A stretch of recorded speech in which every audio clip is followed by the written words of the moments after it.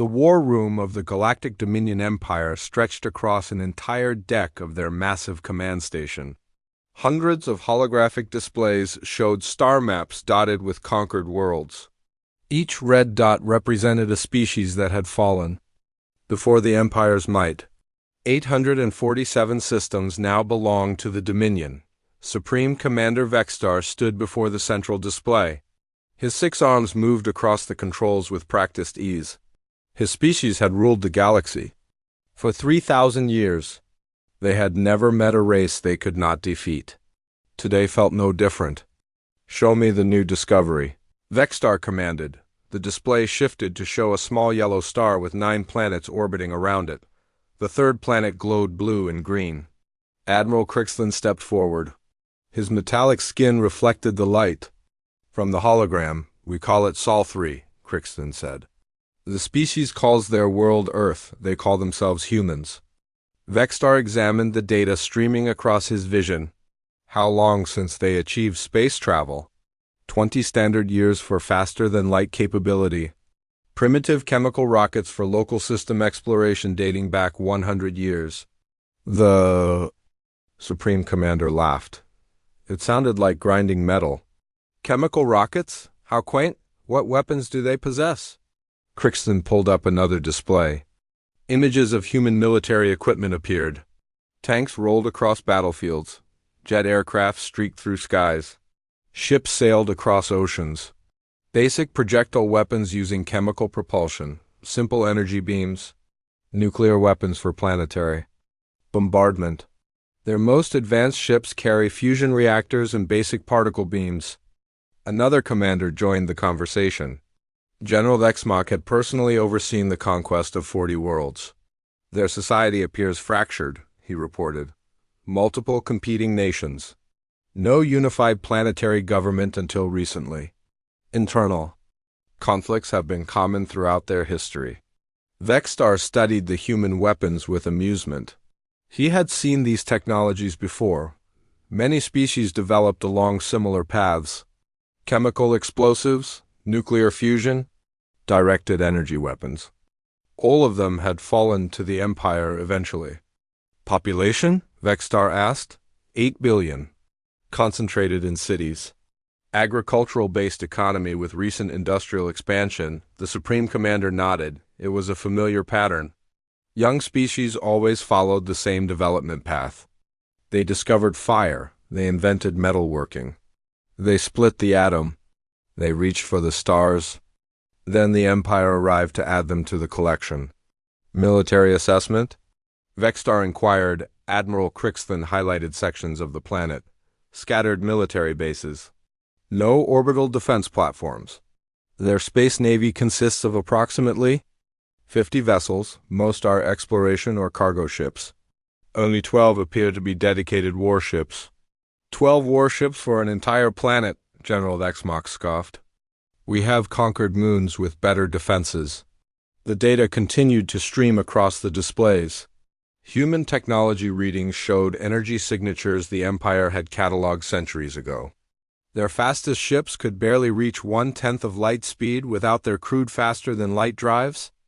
Their strongest weapons generated power levels the Empire considered suitable for mining equipment. "Recommended force allocation?" Vexstar asked. Crixton consulted his tactical displays. "Standard subjugation protocol should suffice. 3 battle cruisers, 12 destroyers, 40 fighter squadrons. Total deployment time estimated at 6 standard days." 6 days seems excessive for such a primitive species. "I prefer to account for potential complications, Supreme Commander.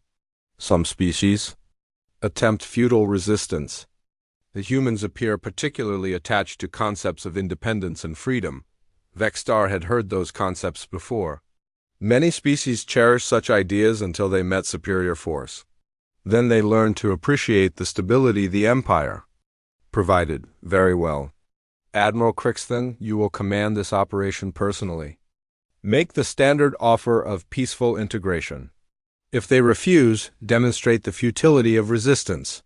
Add another red dot to our collection."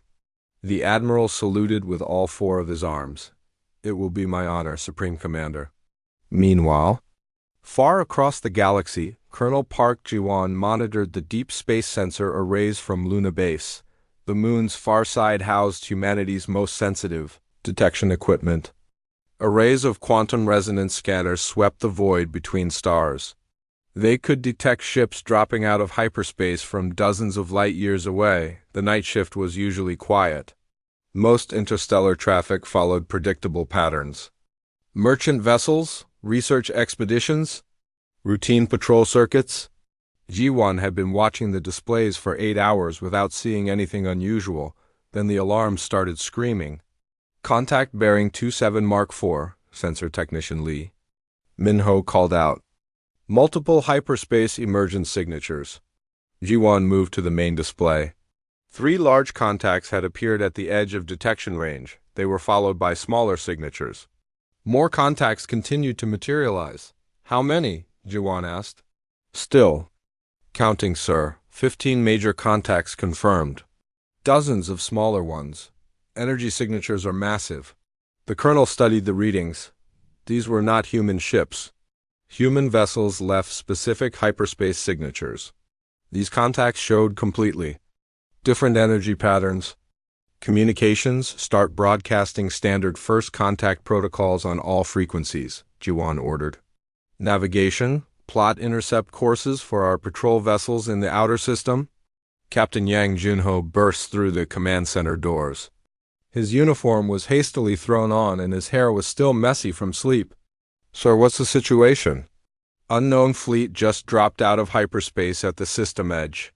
Size and composition suggests military vessels. Yang studied the tactical display.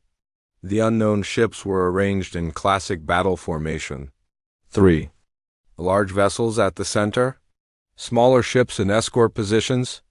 Fighter craft in screening formations.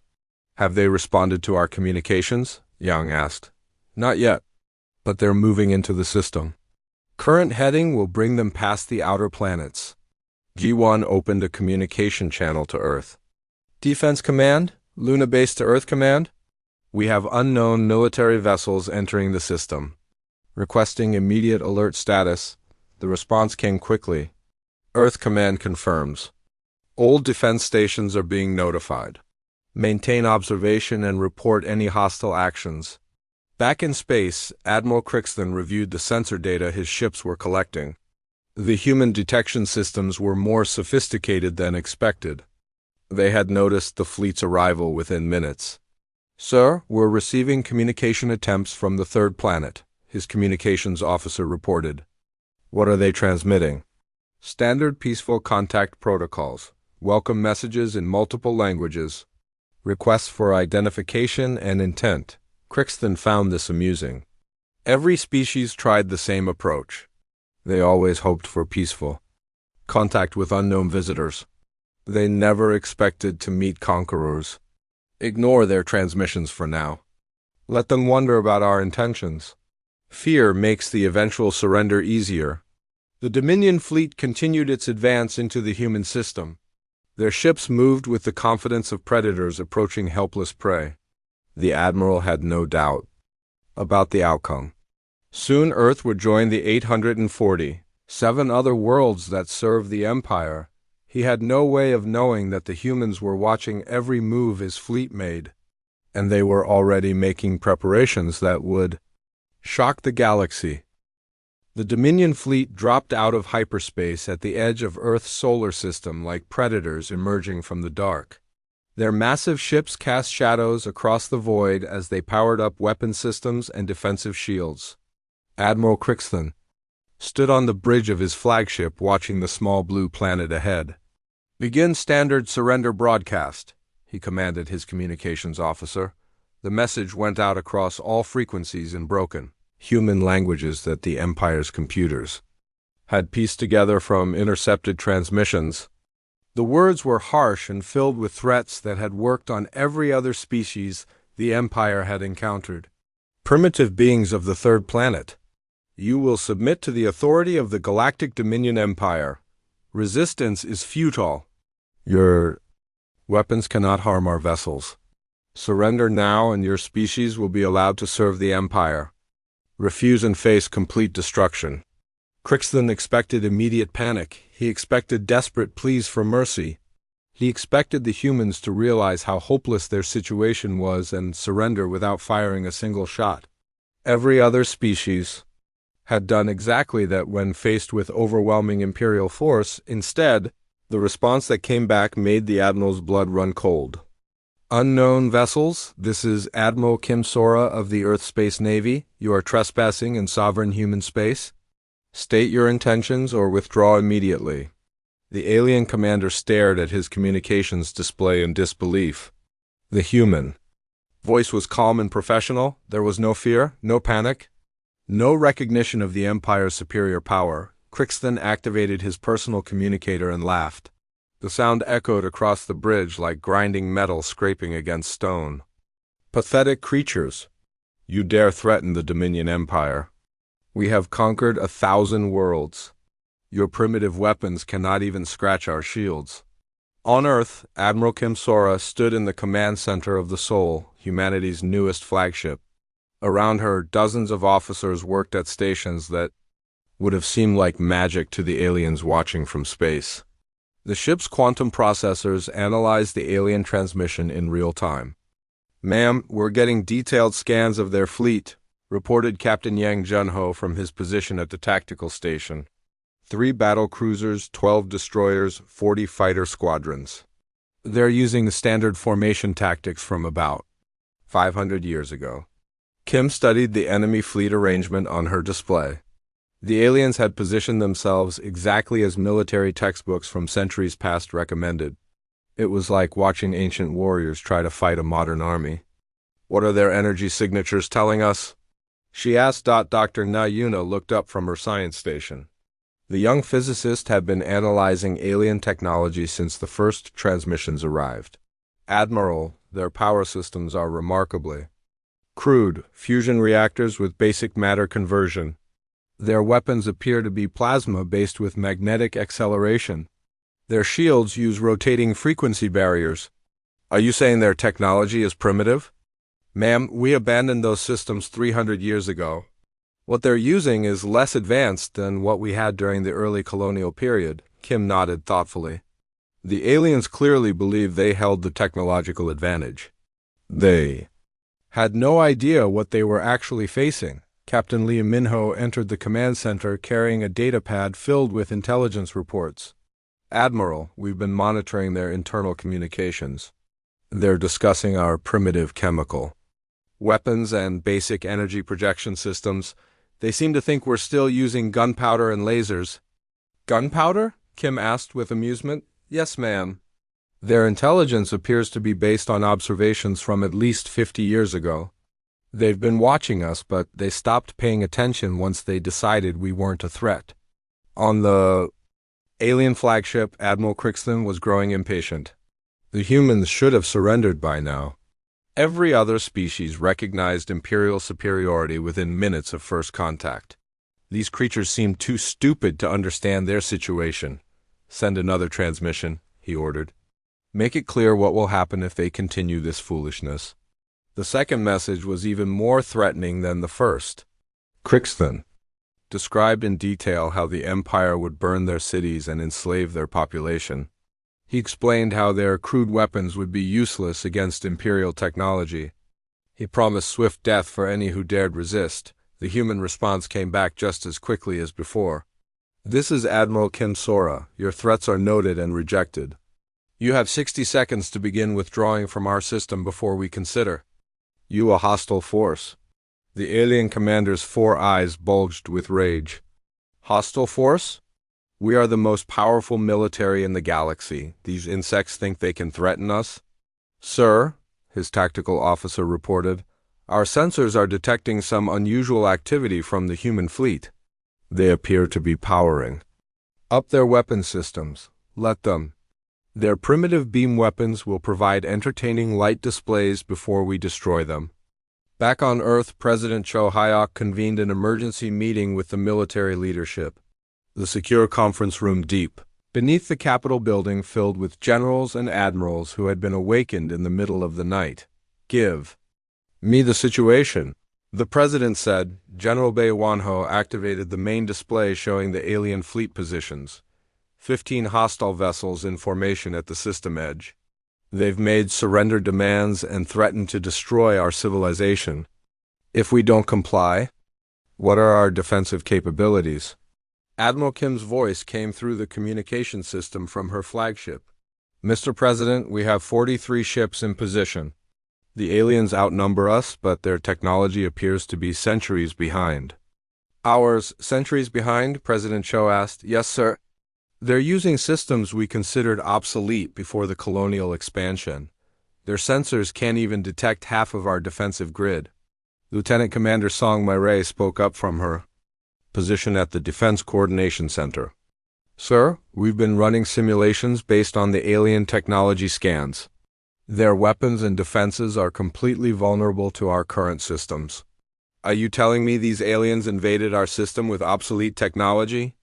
That appears to be correct, Mr. President. They seem to have stopped gathering intelligence about our capabilities decades ago. President Cho considered the situation. The aliens had made threats. They had demanded surrender. They clearly intended to conquer Earth, but they had done so with technology that was laughably outdated. Admiral Kim, what do you recommend? Kim's voice carried a note of dark amusement. Mr. President, I think it's time we introduced our visitors to modern human technology. They seem to have some misconceptions about our capabilities. You have permission to defend our system, Admiral. Show them what happens when someone threatens Earth. On the Bridge of the Soul, Admiral Kim turned to her crew. The officers were trying hard not to smile as they prepared their weapon systems. After decades of peace, they finally had a chance to test their equipment against a real enemy. All ships prepare to demonstrate human technology, Kim announced. Let's show our guests what they're really facing. Captain Yang Junhon reported from his station. Admiral, all ships report ready. Quantum weapons are charged and targeting solutions are locked?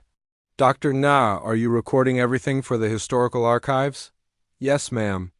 This should be quite educational for future students. Admiral Kim looked at the alien fleet on her display. They had no idea what was about to happen to them. In the next few minutes, the galaxy was going to learn that humanity was not the primitive species they appeared to be. Fire when ready, she commanded. Admiral Crixton decided it was time to show these stubborn humans what real power looked like. His fleet had conquered worlds with populations in the trillions. These 8 billion primitives would learn respect for imperial might. All ships advance to attack formation, he commanded across the fleet communication network. Deploy intimidation pattern 7. I want these creatures to see exactly what they are facing. The Dominion fleet began its approach toward the inner solar system. The 3 massive battle cruisers moved into the center of the formation. Each ship stretched over 2 kilometers in length and bristled with weapon ports that could level continents. Their hulls gleamed with energy shields that had deflected the desperate attacks of countless civilizations. The 12 destroyers took positions around the battle cruisers like loyal guardians. Each destroyer carried enough firepower to sterilize a planet's surface. Their engines left trails of exotic particles as they accelerated toward their target. 40 squadrons of fighter craft swarmed around the larger vessels like metallic insects. Each fighter was piloted by a warrior who had never known defeat. They had swept aside the air forces of dozens of worlds. Today would be no different. Sir, the formation is complete, reported the fleet tactical officer. All ships are ready for combat operations. Crixton studied the display showing his fleet's advancement. It was a sight that had terrified every species the Empire had encountered. Massive ships moving in perfect coordination. Weapons that could crack moons, shields that had never been breached. Send visual transmission to the human fleet, he ordered. Let them see what approaches them. The transmission went out showing the full majesty of Imperial power. Every detail was designed to inspire despair in enemy forces. The gleaming hulls, the crackling energy barriers, the swarms of fighter craft ready to dive upon any target. On Earth, the transmission appeared on screens in command centers around the planet. Military officers watched the alien fleet approach with professional interest. The ships were certainly large and impressive looking. Visual analysis complete, reported Dr. Nayuna from her station aboard the Sol. The alien vessels are using conventional hull materials with basic energy shielding. Their weapon systems appear to be plasma-based with magnetic acceleration. Admiral Kim studied the tactical display. How would you rate their technology compared to our current systems? Ma'am, they're using design principles we abandoned during the early expansion period. Their shields operate on rotating frequency barriers that our weapon systems can easily bypass. Captain Yang Junho looked up from his analysis station. Admiral, our targeting computers have already identified weak points in their hull structures. Their armor appears to be standard duranium composite with ceramic backing. Duranium? Kim asked with surprise. We stopped using that for ship construction 300 years ago. Yes, ma'am. It's effective against conventional weapons but completely vulnerable to quantum disruption fields. On the planet's surface, President Cho Hyok watched the alien fleet's approach from the secure command bunker. General Bae Wonho provided regular updates on the enemy's progress through the solar system. Sir, the hostile fleet will reach engagement range in 30 minutes, the general reported. They're maintaining standard attack formation with heavy ships in the center and fighters in screening positions. What are Admiral Kim's recommendations? She requests permission to activate our full defensive grid. The aliens appear to be unaware of our actual capabilities. President Cho considered the situation. These aliens had come to Earth expecting to find a primitive civilization armed with crude weapons. Instead, they had found something completely different. Tell Admiral Kim she has full authorization to defend our system. Use whatever means necessary. Back, in space, Lieutenant Commander Song My-rae was coordinating Earth's actual defensive systems from her station on Luna Base. Arrays of quantum sensors tracked every movement of the alien fleet. Defensive platforms hidden throughout the solar system powered up their weapon systems. All defense stations report ready, she announced. Quantum disruptor arrays are charged. Temporal displacement missiles are armed. Reality anchor systems are online. Colonel Park Ji-won monitored the alien communications from his position at the main sensor array. The enemy commander is broadcasting surrender demands to our fleet. He's telling Admiral Kim that resistance is futile. What's Admiral Kim's response? She's asking if they want to surrender to us instead. The alien fleet continued its relentless advance toward Earth. Admiral Crixton was confident that the sight of Imperial power would break human resistance. Every other species had collapsed into panic when faced with such overwhelming force. Sir, we're receiving another transmission from the human fleet, his communications officer reported. Put it through. Admiral Kim's voice filled the bridge of the alien flagship. Her tone was calm and professional. Admiral Crixton, this is your final warning. Withdraw your forces from our system immediately or face the consequences. The alien commander laughed until his bridge crew looked uncomfortable. Consequences? Your primitive vessels cannot even penetrate our shields. Your chemical weapons are toys compared to Imperial plasma cannons. Chemical weapons? Kim's voice carried a note of amusement. Admiral, I think there's been a misunderstanding about our capabilities. There is no misunderstanding, human. You will surrender or be destroyed. Very well, you've made your choice. The communication ended, leaving Crixton staring at his display in confusion. The human admiral had sounded almost sorry for him. That made no sense. He commanded the most powerful fleet in the galaxy. Sir, the human ships are taking new positions, his tactical officer reported. They appear to be spreading out across our approach vector. Let them. Dispersed formations will make our victory easier. Signal all ships to prepare for combat. Across. The Imperial fleet, weapon systems powered up. Plasma cannons that could melt asteroids began charging. Torpedo launchers loaded with planet killers prepared to fire. Fighter pilots armed their weapons and prepared for the slaughter. All ships report ready for battle. The fleet tactical officer announced. Admiral Crixton looked at the small human fleet ahead of his massive armada. 43 human ships against 15 Imperial vessels and countless fighter craft. The humans had spread themselves thin trying to cover multiple approach angles. It was a tactical mistake that would cost them everything. "Begin the attack," he commanded. "Show these primitives the price of defying the Empire." The Imperial fleet surged forward with weapons blazing. Plasma beams that could carve through mountains lanced across space toward the human ships. The aliens expected to see devastating explosions as their superior weapons tore through primitive human defenses. Instead, something impossible happened. The plasma beams simply vanished as they approached the human vessels. Not blocked, not deflected. They just ceased to exist as if they had never been fired. "What happened to our weapons?" Crixton demanded. "Unknown, sir. All weapon discharges disappeared before reaching their targets. Fire again. All ships concentrate fire on the lead human vessel." The second volley was even more massive than the first. Every ship in the Imperial fleet fired simultaneously.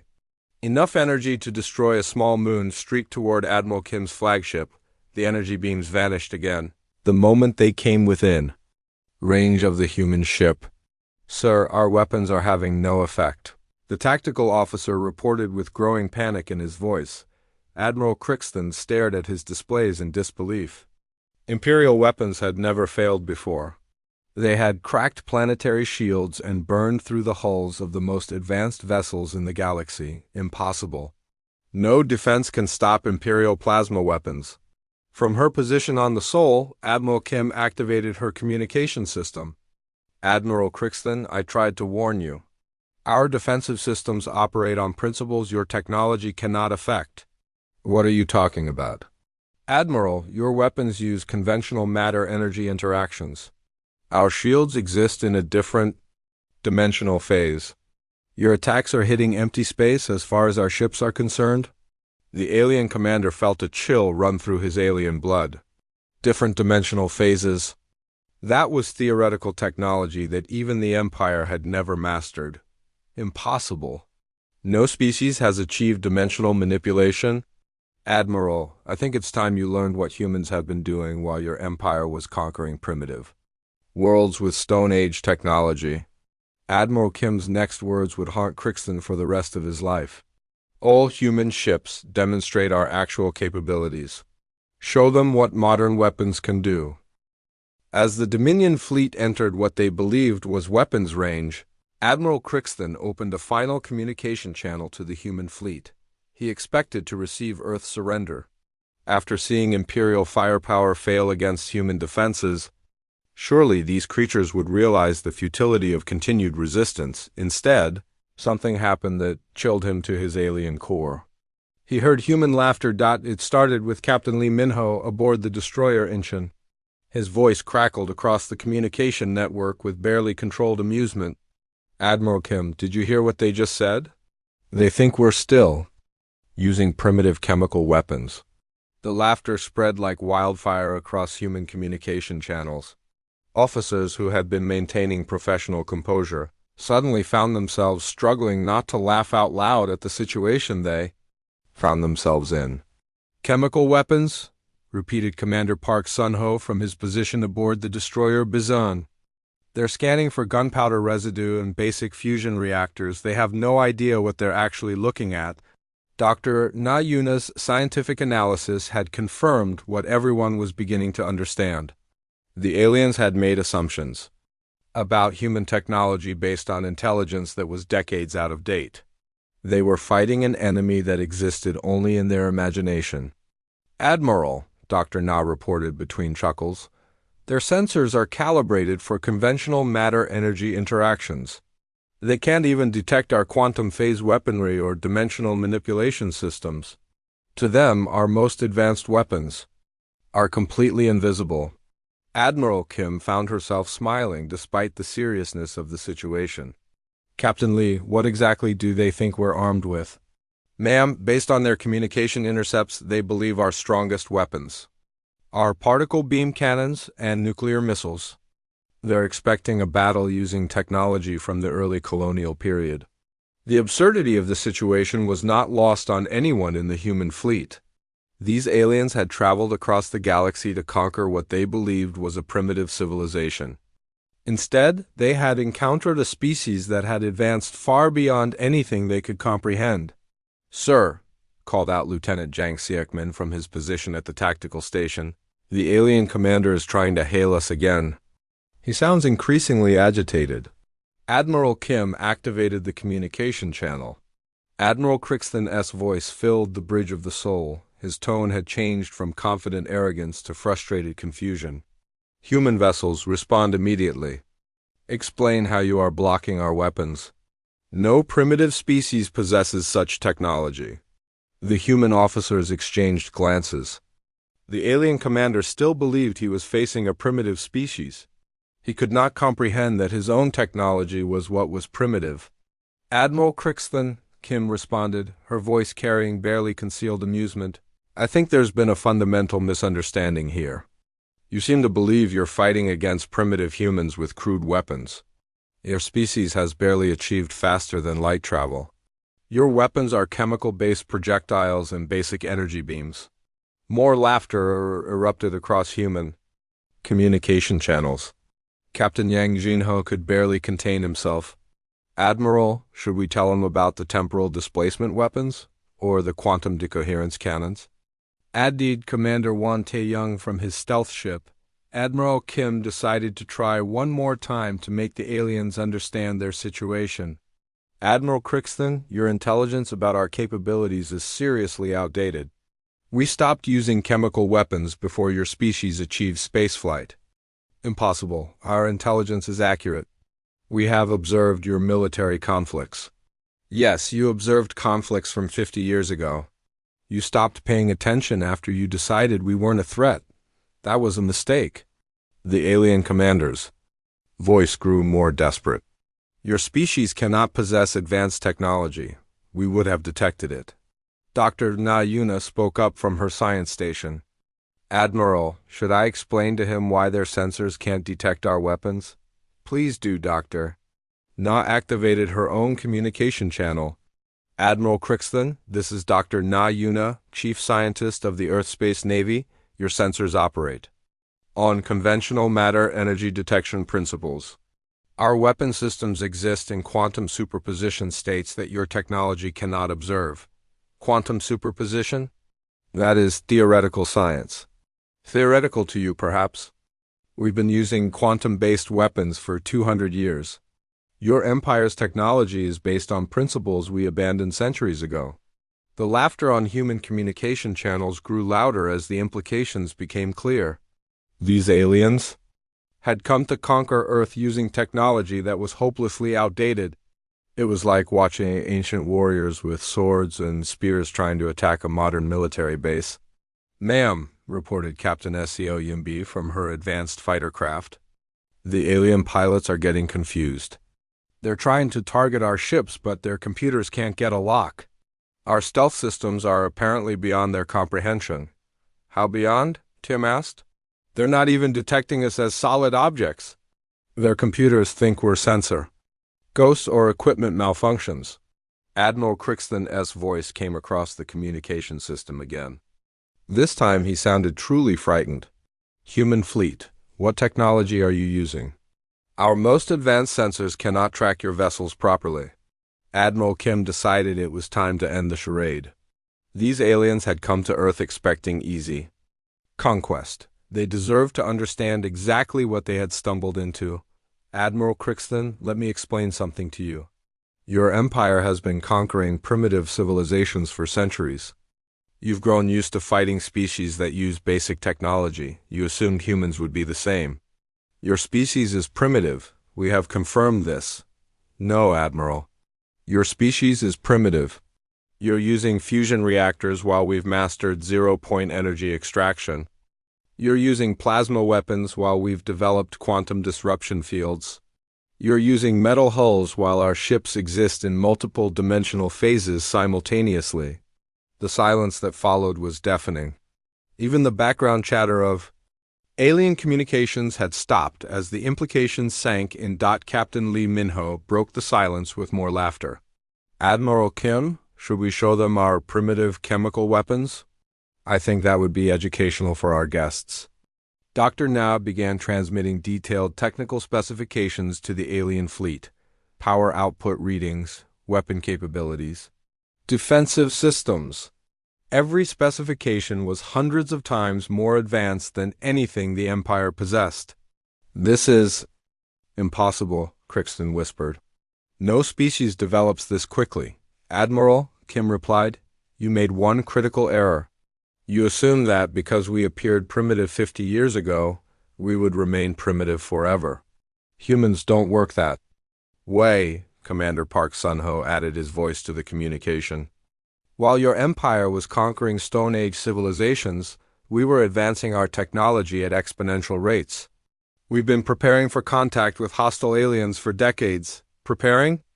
the alien commander asked weakly. "Yes, Admiral.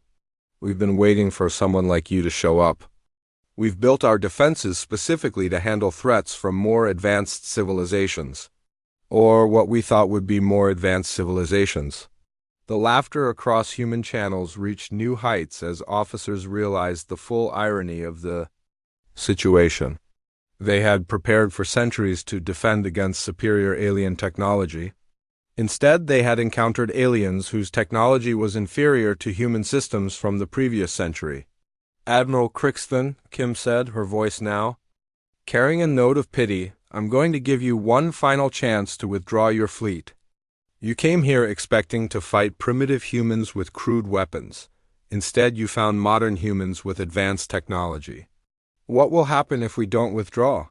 Admiral Kim's voice grew cold. "Then you'll discover what human weapons actually do. And Admiral, our real weapons don't use chemicals or basic energy beams." The communication ended, leaving the alien fleet in stunned silence. In a few short minutes, their entire understanding of the universe had been turned upside down. They had come to conquer primitives, and instead found a civilization that made their most advanced technology look like children's toys. The laughter of human officers echoed across space as they prepared to demonstrate exactly what modern human weapons could accomplish. Admiral Kim Sora stood on the bridge of the Soul and looked at her tactical display one final time. The alien fleet hung in space before her like ancient predators that had wandered into the wrong century. Their weapons were impressive by the standards of centuries past. Their ships were large and imposing, but they were fighting with technology that humanity had surpassed long ago. "All ships, this is Admiral Kim," she announced across the fleet communication network. "Our guests have refused to leave peacefully. It appears they need a demonstration of human capabilities." She paused and looked around her bridge. Her officers were ready. Their weapon systems had been designed and built specifically for this moment. First contact with hostile aliens had always been a possibility. Humanity had prepared accordingly. "Demonstrate our primitive weapons," Kim commanded. "Show them what we learned while they were conquering Stone Age civilizations." The first alien ship simply ceased to exist. Commander Wan Tae-young aboard the stealth vessel Dokdo had fired a quantum decoherence beam at the destroyer Kethmore. The weapon operated by disrupting the quantum field that held matter together. One moment, the alien ship was a solid object moving through space. The next moment, it was a cloud of disconnected particles drifting in the void. "Target eliminated," Wan reported calmly. "Quantum decoherence successful. No debris field created." Admiral Crixton stared at his tactical display in horror. The destroyer Kethmore had simply vanished from his sensors. No explosion, no wreckage, no distress signal. The ship was there 1 second and gone the next. "What happened to Kethmore?" he demanded. "Unknown, sir. The ship simply disappeared from all sensors. We detected no weapon discharge from the human fleet." Ships don't just disappear. Find out what happened. But before his crew could respond, 5 more Imperial vessels vanished in rapid succession. The destroyers Vexful, Mordek, Zithkar, Krelvin, and Exmal all ceased to exist within a span of 10 seconds. Captain Yang Jin-ho aboard the Soul reported the results with professional satisfaction. "Admiral, all targeted vessels have been neutralized. Quantum weapons performed exactly as designed." Casualties? Kim asked. None on our side? The alien crews experienced instantaneous molecular dissolution, no suffering involved. Admiral Kim nodded. Humanity had designed their weapons to be as humane as possible even when dealing with hostile invaders. Quick death was preferable to prolonged suffering. The remaining alien fleet was in complete panic. Ships that had conquered dozens of worlds were trying desperately to scan for weapons that they couldn't even detect. Their sensors showed no energy discharges, no projectiles, no indication of what was destroying their vessels. All ships, evasive maneuvers, Crixton ordered frantically. Deploy maximum defensive fields. The Imperial ships began wild evasive patterns, but it made no difference. Human weapons didn't rely on conventional targeting systems. They locked onto quantum signatures that couldn't be masked or avoided. Captain SCO Yumbi piloted her experimental fighter Phoenix through the alien formation like a ghost moving through shadows. Her ship was equipped with the latest temporal displacement technology. Engaging enemy fighter squadrons, she reported. Deploying temporal displacement missiles? The missiles she fired didn't explode on impact. Instead, they created localized time distortion fields.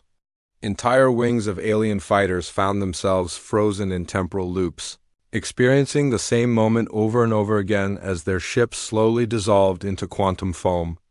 Enemy fighter strength reduced by 60%, Yumbi reported. Remaining squadrons are attempting to retreat, but they're moving too slowly to escape the temporal fields.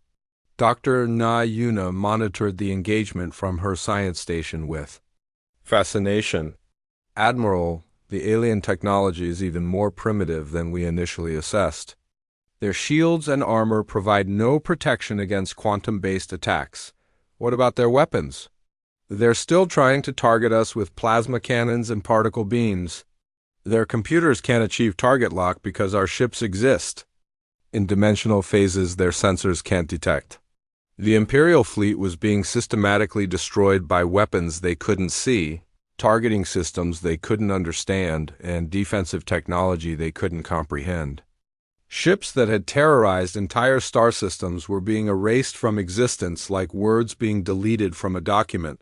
Admiral, Crixton watched his fleet disappear around him and felt true terror for the first time in his long military career. The humans weren't just defeating his forces. They were making the entire engagement look effortless. Sir, we've lost 12 destroyers and 30 fighter squadrons, his tactical officer reported with a shaking voice. Our weapons are having no effect on enemy vessels. Keep firing. Concentrate all remaining ships on a single target. The surviving Imperial vessels focused their combined firepower on Captain Lee Minho's destroyer Inchin.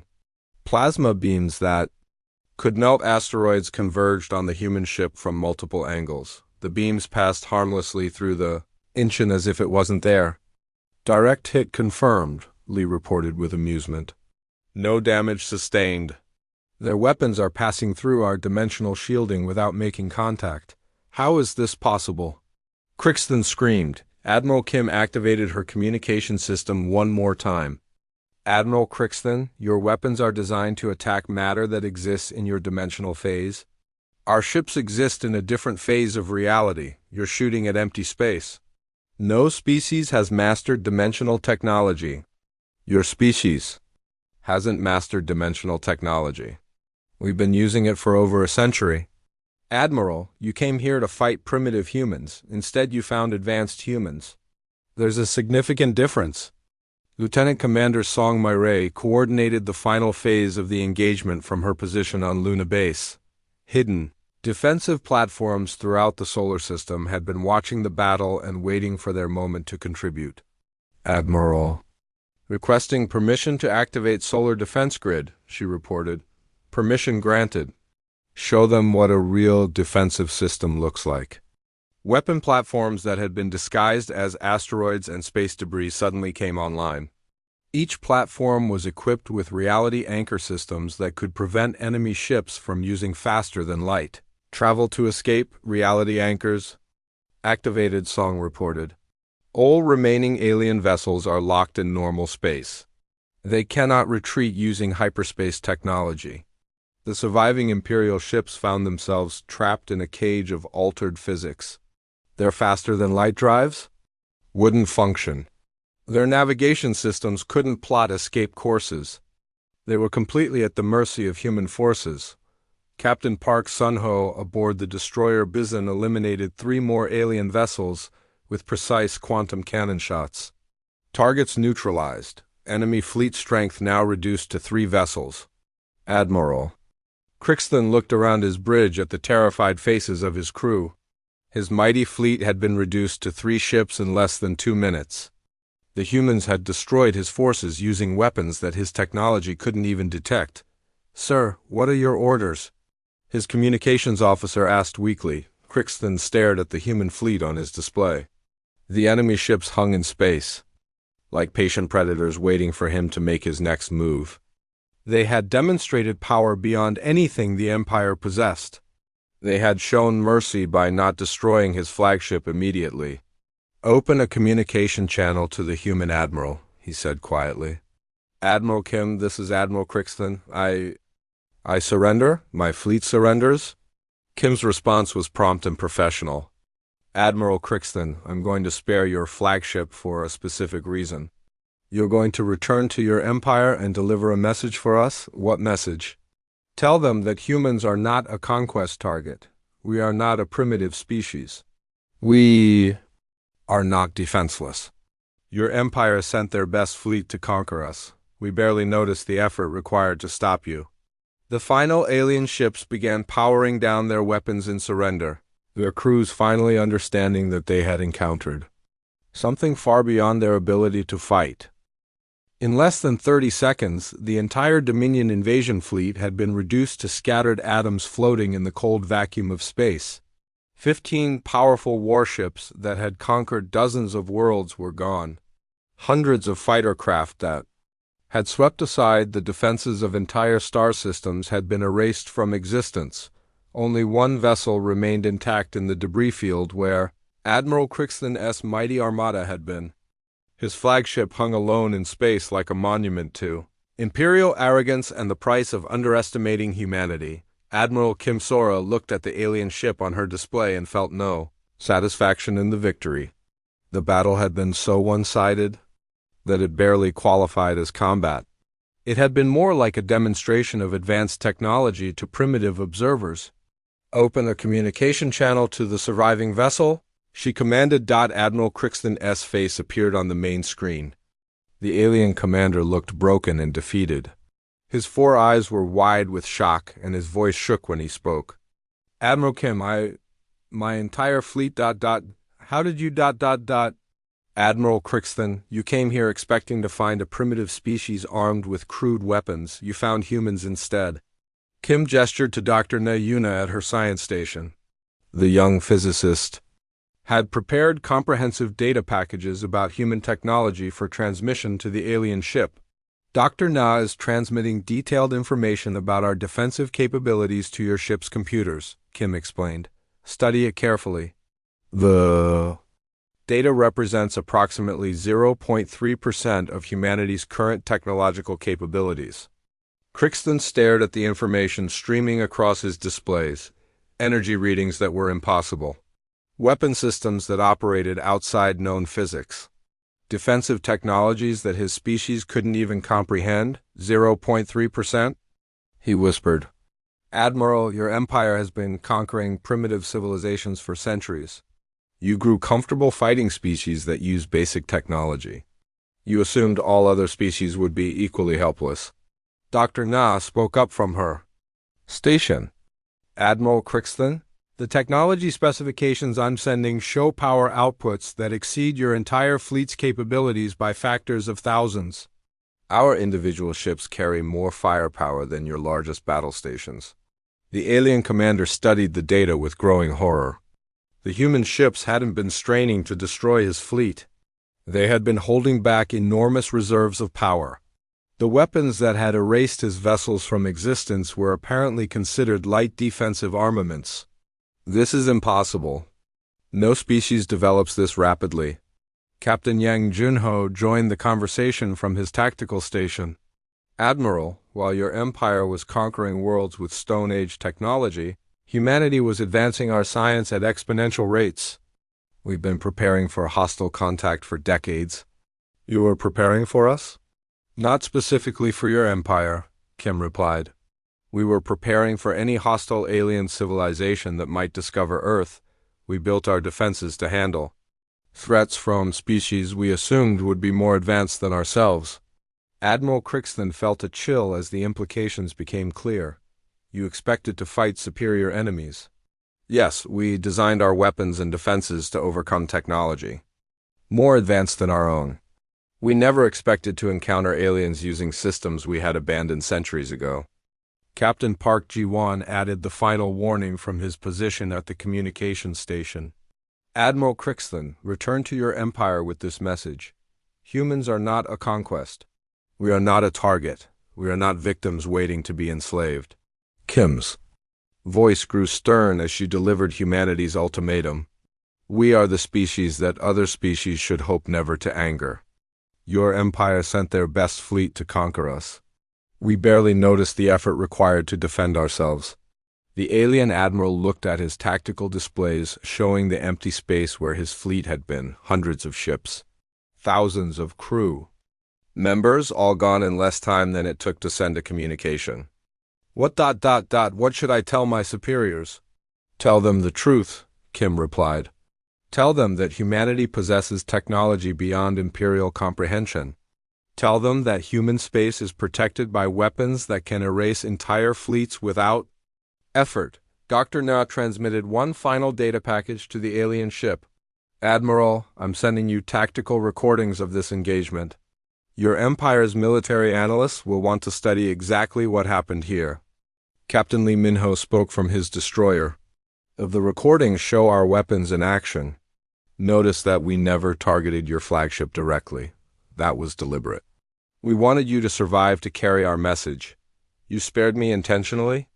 Admiral Crixton, if we had wanted to destroy your entire fleet, including your flagship, the engagement would have lasted exactly the same amount of time. Your survival was an act of mercy, not military necessity. The alien commander stared at the human officers on his screen. They spoke with casual confidence about technology that made his empire's most advanced weapons look like primitive tools. They had treated his entire invasion fleet like a minor nuisance. What if the empire decides to send a larger force? Admiral Kim's expression grew cold. Admiral, we destroyed your entire fleet using standard defensive protocols.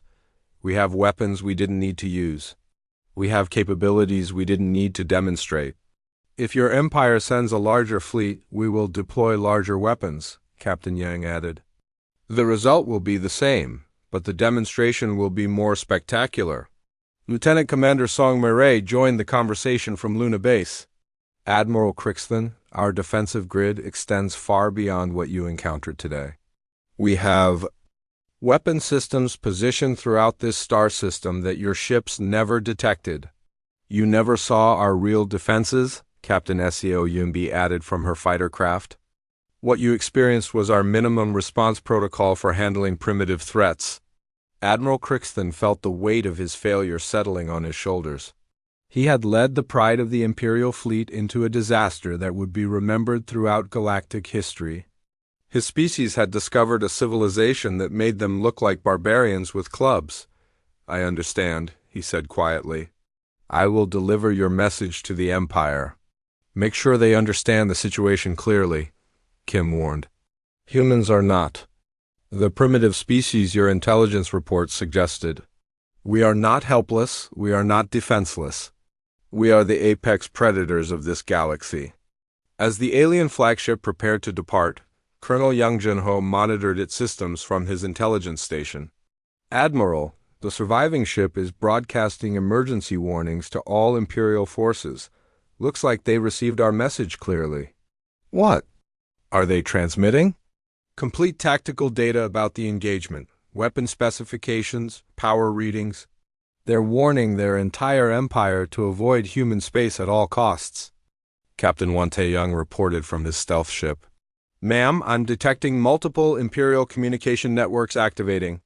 They're spreading word about this engagement across their entire territory. Admiral Kim nodded with satisfaction. The message would spread throughout the Empire within days. Every alien species would learn that humanity was not a target for conquest. All ships return to standard patrol positions, she commanded. Mission accomplished.